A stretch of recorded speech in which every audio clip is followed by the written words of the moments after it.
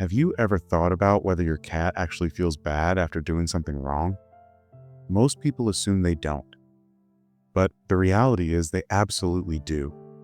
They just express it in ways that are so different from what we're used to that we miss them entirely. And missing them, or reacting the wrong way, could mean rejecting the only apology your cat knows how to give. Let's start with the signal that's been right in front of you the whole time. They look directly at you and blink slowly. Have you ever noticed your cat holding your gaze after a tense moment and then gently closing their eyes? A lot of people know that slow blinking signals trust. But almost no one talks about what's actually happening inside your cat's mind in the moments leading up to that blink. When your cat picks up on tension, maybe because your voice got louder or your posture stiffened, their brain triggers a stress response. Every instinct they have is telling them to run or freeze. But instead of doing either, they stay, they look at you, and they deliberately close their eyes. Take a second to really think about that. A natural predator is willingly making itself blind while facing something that feels threatening. That is not a small thing. That is an enormous emotional risk. A study from the University of Sussex in 2020 confirmed that cats use slow blinking as a deliberate social signal. But what made the findings even more striking is that cats who received a slow blink back showed measurably lower stress hormone levels. Your response literally shifts their body chemistry. When you blink back, their tension drops.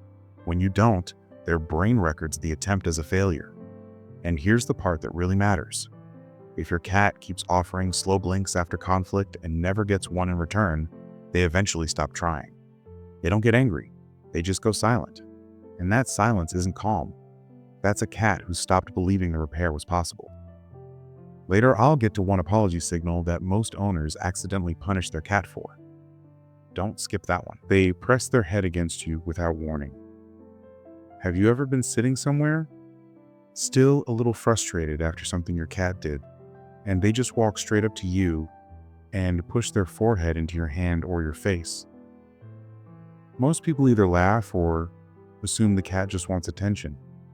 But what if that moment was your cat trying to fix something that felt broken between you? Cats carry scent glands along their forehead, cheeks, and chin. When they press their head against you, they're transferring their own pheromones onto your skin, a behavior known as bunting. In an ordinary relaxed moment, yes, it reads as affection. But after conflict, the meaning is different. When stress fills the room, your cat can physically smell the change. Stress hormones actually alter the way you smell, and to a cat who reads the world through scent the way we read it through expression, that shift feels like the connection between you is coming apart. So they do something about it. They walk over and remark you with their own scent, layering their chemical signature back over the tension, telling their own brain that the bond is still intact. While cats will sometimes bunt even with strangers in calm situations, what separates a casual bunt from an apology is the timing. When your cat presses their head against you specifically after you've raised your voice or scolded them, that is not random sweetness. That is intentional. They're choosing, in the most primal way they know, to hold the bond together rather than let it fall apart. They bring their favorite toy and leave it near you. Have you ever had a rough moment with your cat and then noticed a toy sitting quietly beside you on the couch or at your feet? Most owners toss it aside or figure the cat just wants to play. But what if your cat just handed you the one thing they value most and you didn't even notice? Cats aren't like dogs. They don't carry things to you out of a desire to entertain. When a cat brings you an object, there is always intention behind it. And while hunting instinct explains some of this behavior in certain contexts, animal behaviorists have noticed something specific. When a cat places an object near their owner during or after a period of emotional tension, it closely resembles what researchers call a reconciliation offering. They are not asking you to throw it across the room. They are placing something meaningful into your space as a gesture of repair. Think about what that actually looks like from their side. Your cat has a favorite toy, one they guard and carry and curl up next to, and in the middle of a disconnected moment between you two, they pick it up and bring it to you. That's not random. That's a sacrifice. They're handing over the thing that makes them feel safe because they're hoping it does something for you too. So the next time a toy appears beside you after things have been tense, don't ignore it. Pick it up. Acknowledge your cat. Because that small, quiet gesture might be the most sincere apology they've ever offered you. They start grooming you out of nowhere. Have you ever had your cat hop up right after a tense moment and begin licking your fingers or your chin or the side of your face? Most people find it endearing and leave it at that. But there's a reason this behavior tends to show up in the middle of or right after conflict, and it goes much deeper than a quirky habit. Among cats, mutual grooming, which researchers call allogrooming, is one of the most socially significant behaviors in their world. But most people don't know that cats are highly selective about who they groom. Studies on feral cat colonies show that cats only perform this behavior with individuals they share a strong bond with. It has nothing to do with hygiene. It's a tool for maintaining closeness and lowering tension within the group. And there's something even more specific that makes this worth paying attention to. When cats groom each other following conflict, researchers have observed that the heart rate of both animals actually decreases during the process. Which means when your cat starts licking your hand after a rough moment, their own nervous system is using the act of reconnecting with you to calm itself down. The apology isn't just emotional, it's physical. Repairing things with you is part of how they regulate their own stress. They roll onto their back and show you their stomach.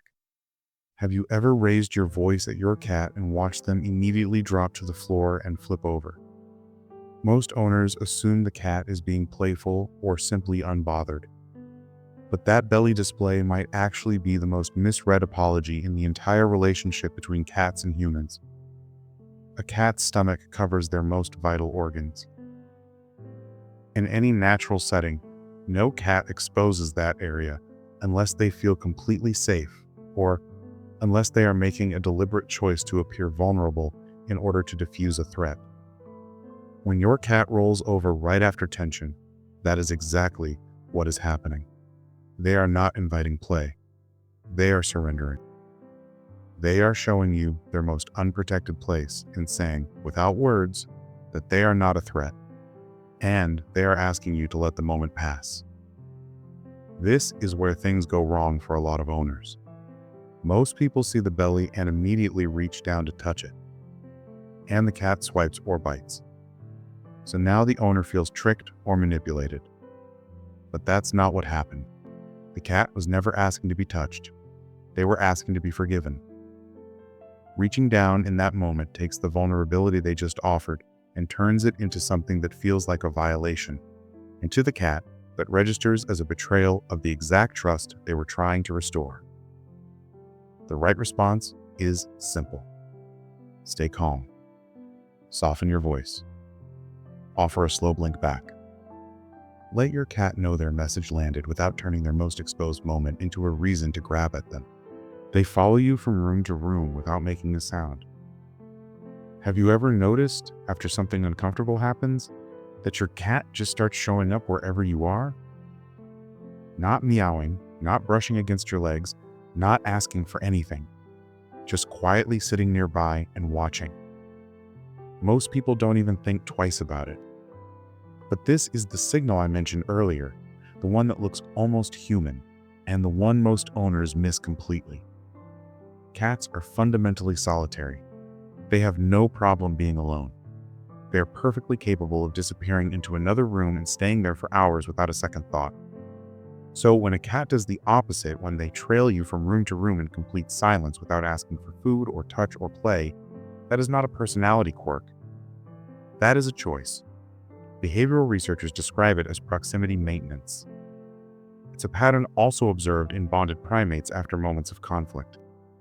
Rather than vocalizing or pushing for physical contact, the individual simply closes the distance and waits.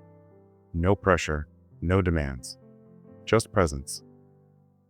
The message is something like, I'm not going to force anything, but I'm not going anywhere either. I'll stay close until things feel okay again. And if you think about it honestly, humans do this too. After a hard conversation with someone we care about, sometimes we don't say anything. We just stay in the same space. We move around the same rooms. We exist nearby without making it into something. Your cat is doing exactly that. And The fact that an animal who could walk away without a single consequence is choosing to stay close to you in silence should say more about what you mean to them than almost anything else they could ever do.